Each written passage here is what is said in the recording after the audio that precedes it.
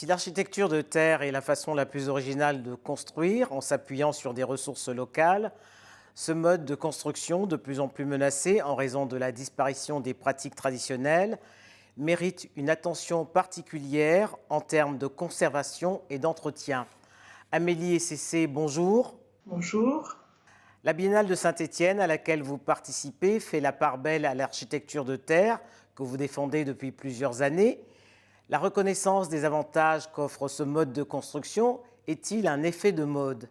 Un effet de mode, non, parce que il faut savoir qu'il y a un tiers de la population du monde habite dans une maison en terre.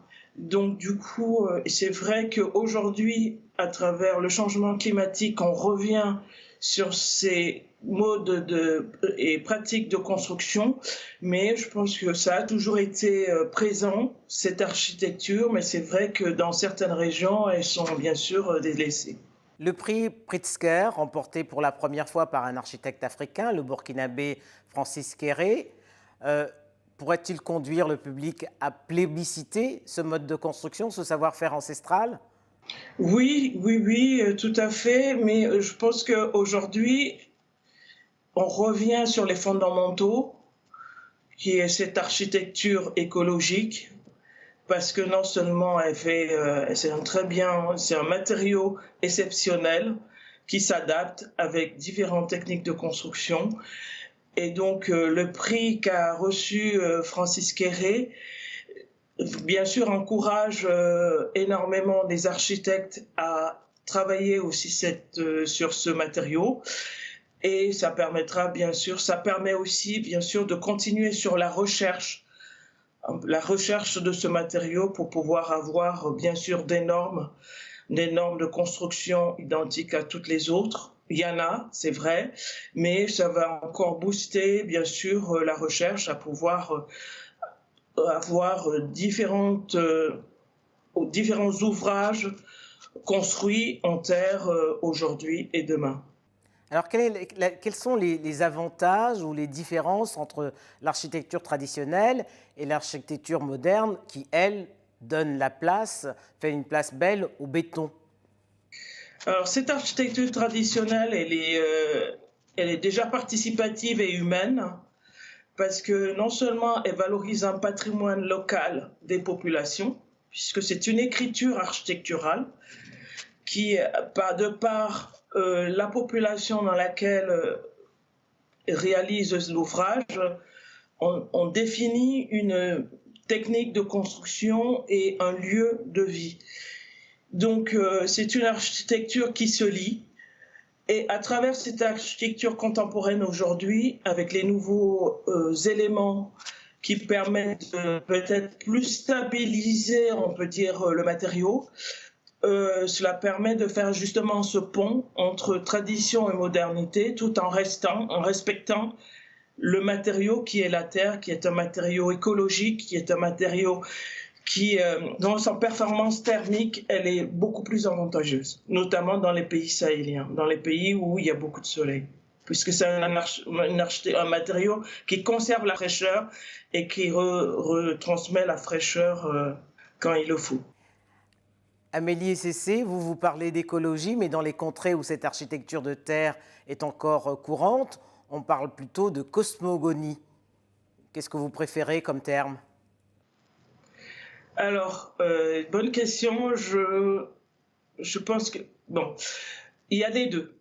Voilà, c'est-à-dire qu'il y a la cosmogonie par rapport à la croyance, par rapport au respect de la nature, et il y a le matériau en lui-même qui joue son rôle de protecteur, oui, du bâti ou de la personne qui habite.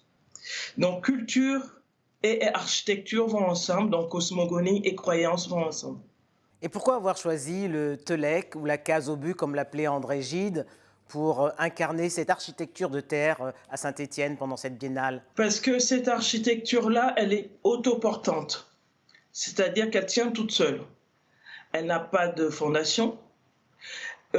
Donc c'est la façon, le façonnage même de la paroi et je ne sais pas, l'ingéniosité de la forme architecturale qui fait qu'elle est unique, elle est exceptionnelle et en plus de ça, elle est en terre, donc elle se tient toute seule. Et ça, c'est une première raison. Deuxième raison, c'est que c'est une architecture qui a complètement disparu au Cameroun, au nord Cameroun et un petit peu au Tchad, beaucoup plus au Tchad, enfin dans les deux pays. Et aussi en termes d'ingéniosité architecturale de l'humain, c'est-à-dire que les décors et les reliefs qui sont faits ont plusieurs fonctions. Il y a une fonction d'échafaudage, il y a une fonction de régulation de l'eau quand il pleut sur la paroi, et il y a une esthétique extraordinaire qui permet de donner à cette architecture toute sa splendeur. Et en plus de ça, elle est, comme je vous disais, elle est autoportante et elle peut aller jusqu'à 20 mètres de haut. Qu'ont en commun les architectures de terre dans les pays comme le Burkina Faso, le Mali, le Niger, le Cameroun, où vous avez souvent travaillé sur cette technique? Alors, il y a différentes techniques de construction. C'est vrai que il y a la technique de la boule de terre, hein, qu'on retrouve dans différentes régions, même en Europe. Alors, et ensuite, il y a, il y a une autre technique qui s'appelle le torchis, qu'on appelle ici le torchis. C'est une structure en terre, en bois, et on remplit la terre dessus. Ça, c'est une autre technique. Et ensuite, il y a une architecture, une technique qu'on appelle le pisé, c'est-à-dire on fait un coffrage en bois et on pile la terre à travers un poussoir et on monte de plus en plus. Alors, donc, toutes ces techniques de construction en terre, on les retrouve dans tous les pays. Alors, ce qui diffère, c'est plutôt justement l'esthétique qu'apportent les populations, suivant leur région et suivant bien sûr leurs croyances et, et ce qu'on trouve autour. Par exemple, au Cameroun, si on va au nord du Cameroun, on a de la pierre. Donc, on peut associer la pierre avec la terre, vous voyez. Et donc, ça apporte une autre forme architecturale parce qu'on a des collines, donc autour des collines, on fait un soubassement en pierre et ensuite on monte soit avec la technique de la boule de terre, soit avec des briques, les adobes, ce qu'on appelle les adobes. Et donc, toutes ces typologies architecturales ont un sens parce qu'elles sont liées vraiment à la culture du peuple qui le construit. Donc c'est pour ça que je dis que c'est une architecture qui se lie. Il n'y a pas qu'une seule architecture, il y a des architectures en terre en fonction du lieu bien sûr dans lequel on est, donc de l'environnement, et en fonction aussi de la population qui raconte son histoire à travers cette architecture. Mais quand on vous écoute, Amélie et Cécé, cette architecture de terre n'a que des avantages. Comment vous expliquez qu'elle ait été délaissée au profit d'une architecture dite moderne qui ne correspond pas à l'environnement climatique des pays africains? Bon, il y a eu cette période coloniale qui est passée par là et donc qui a apporté des nouvelles techniques de construction, et bien sûr le béton. Et c'est vrai qu'aujourd'hui, même en Europe, on voit très bien que à travers ce changement climatique, on revient sur ces matériaux nobles qui sont la terre, le bois, le bambou, parce que effectivement, il y a je veux dire, une performance thermique qui existe, qui est là, et qui permet justement d'être mieux dans les maisons. Alors donc, j'espère que à travers ce nouveau courant sur l'architecture écologique, on est en train de revenir puisque le confrère architecte Francis Quéré a eu ce prix, le Grand Prix d'architecture, c'est parce qu'il construit justement avec les matériaux locaux, dont on dit dans notre jargon. Et ces matériaux locaux auront de plus en plus d'importance dans l'architecture contemporaine aujourd'hui. En règle générale, ce sont les hommes qui construisent et les femmes qui décorent, selon des techniques ancestrales qui, hélas, tendent à se perdre. Est-ce que votre plaidoyer, qui transparaît dans vos expositions photos ou dans vos documentaires, est entendu? J'espère.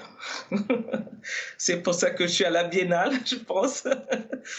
Et aussi parce qu'effectivement, on a une telle richesse à partager avec le monde qu'il est pour nous important d'être présent et de continuer à faire cette promotion de ce patrimoine qui n'est pas très connu finalement, parce que quand on parle d'Afrique, on ne parle pas forcément d'architecture. On pense à l'Afrique, on pense plutôt effectivement à la danse, on pense au tissu, on pense, voilà. Mais on ne pense pas au design, par exemple. Alors qu'on a de très bons designers africains, on a une très belle architecture africaine, enfin, des typologies architecturales d'Afrique, parce que l'Afrique a 54 pays, et c'est ce qu'il faut aussi des fois redire, et que chaque région a une typologie architecturale liée à la région.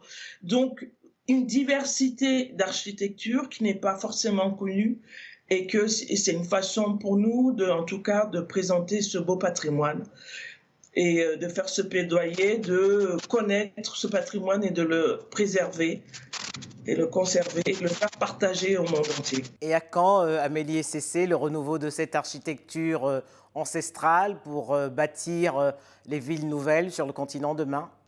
À quand bon, c'est une bonne interrogation, mais j'espère que ce sera aujourd'hui, tout simplement, parce qu'on a tellement de richesses à partager autour de l'architecture, mais aussi autour du design, autour de la récupération des eaux, autour de cette architecture, de nos villes, même de nos villages, parce que même l'organisation spatiale de nos villages, on raconte une histoire. C'est une histoire propre à une culture, et je pense que nos villes devraient ressembler aussi à cette architecture spatiale à travers les espaces publics, semi-publics et privés pour bien sûr définir des villes africaines différentes.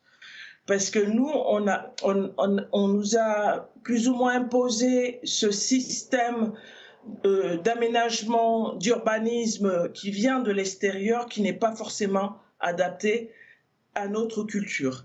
Et je pense que revenir sur l'aménagement spatial de nos contrées, aussi bien en milieu rural ou semi-rural, en interrogeant les populations, en valorisant les métiers, tous les métiers liés à l'architecture, mais aussi à l'aménagement de paysages, permettra de créer de nouvelles villes en accord avec nos cultures. Amélie et Cécé, merci beaucoup. Merci à vous.